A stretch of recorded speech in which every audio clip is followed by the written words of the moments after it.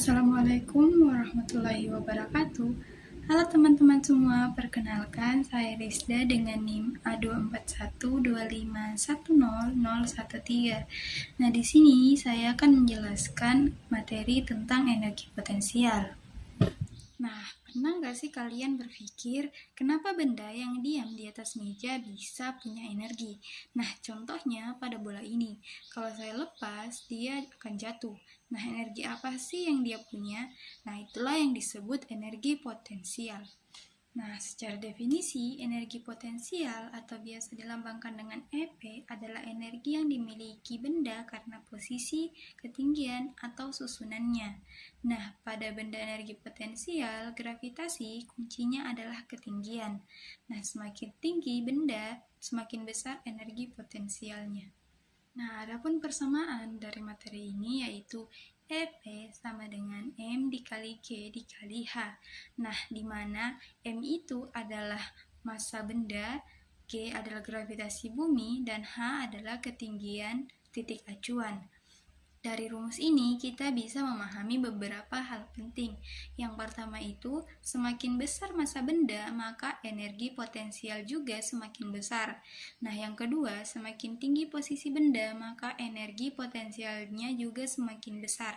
Nah, agar lebih memahami, kita akan mencoba contoh soal agar lebih paham. Nah, misalnya ada sebuah benda dengan massa 2 kg berada pada ketinggian 5 meter. Nah, jika percepatan gravitasi kita ambil itu 10 meter per sekon kuadrat, berapa sih energi potensialnya? Langsung saja kita masukkan ke rumus, di mana energi potensialnya itu yang dia cari. Jadi, kita masukkan, diketahui masanya itu 2 kg, dikali dengan 5 meter itu ketinggiannya, dikali dengan 10 itu gravitasinya. Jadi 2 dikali 5 dikali 10. Nah, hasilnya itu 100 joule. Yang artinya benda tersebut memiliki energi potensial sebesar 100 joule karena posisi. Nah, adapun penerapan dari energi potensial yang kita dapat itu di kehidupan sehari-hari. Yang pertama itu air di bendungan. Air yang berada di ketinggian memiliki energi potensial yang besar.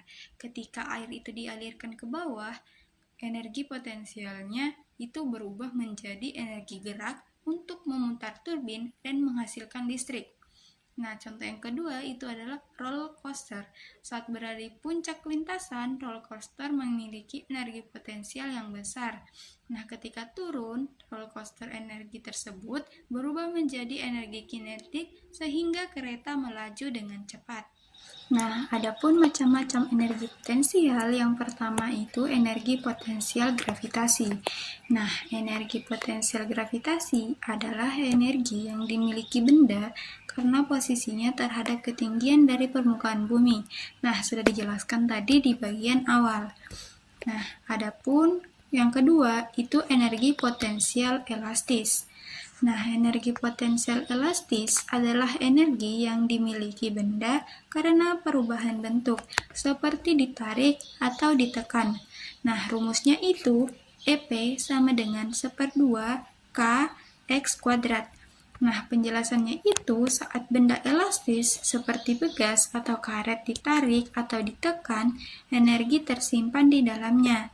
Nah, energi ini akan dilepaskan saat benda kembali ke bentuk semula. Semakin besar tarikan atau tekanan, energi semakin besar. Nah, yang ketiga itu energi potensial listrik. Nah, energi potensial listrik adalah energi yang dimiliki oleh muatan listrik karena posisinya dalam medan listrik. Nah, terjadi karena adanya gaya tarik atau tolak menolak antara muatan listrik. Energi ini bergantung pada posisi muatan terhadap muatan lain.